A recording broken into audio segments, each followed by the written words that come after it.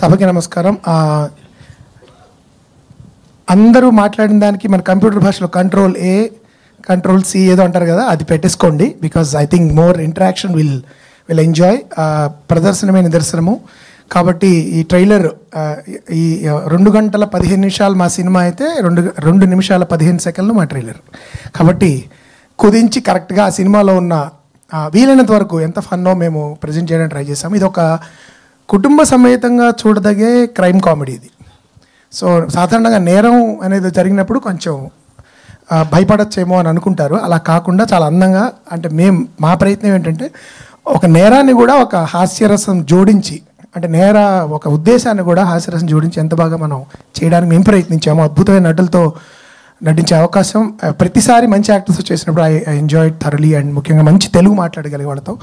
కాబట్టి కృష్ణప్రసాద్ గారు మన 3వ సినిమా ట్రిలజీలాగా మన 3వ సినిమా కూడా పెద్ద విజయం సాధించాలి అని కోరుకుంటున్నాను నేను. దానికి సంబంధించిన అంటే చాలా ప్రతి దర్శకుడికి అసంతృప్తులు ఉంటాయి సినిమా చేసిన తర్వాత టెక్నికల్గా, కానీ అతి తక్కువ అసంతృప్తులతో, అంటే టెక్నికల్గా అక్కడ కొంచెం అనే తప్ప మ్యాక్సిమం నేను ఎంజాయ్ చేసిన సినిమా సారంగపాణి జాతకం. సో ఆఫ్టర్ రష చెమ్మ అమితుమి ఇది మరింత అంటే 10 కాలాల పాటు తెలుగు వాళ్ళు నాన్ తెలుగు వాళ్ళు కూడా సబ్ టైటిల్స్తో గుర్తుపెట్టుకునే సినిమా అవ్వాలి. ఇది ఒక 10 years తర్వాత కూడా దానికి షెల్ఫ్ లైఫ్ ఉండే సినిమా అవ్వాలి అని చెప్పి నేను మనస్ఫూర్తిగా కోరుతున్నాను. ఎందుకంటే నేను ఎక్కువ మాట్లాడను. Thank you so much. Media మిత్రులందరికీ ముఖ్యంగా I have been getting calls from lot of media friends saying they really love the the whole vibe of the film. So మీ అందరి సపోర్టు.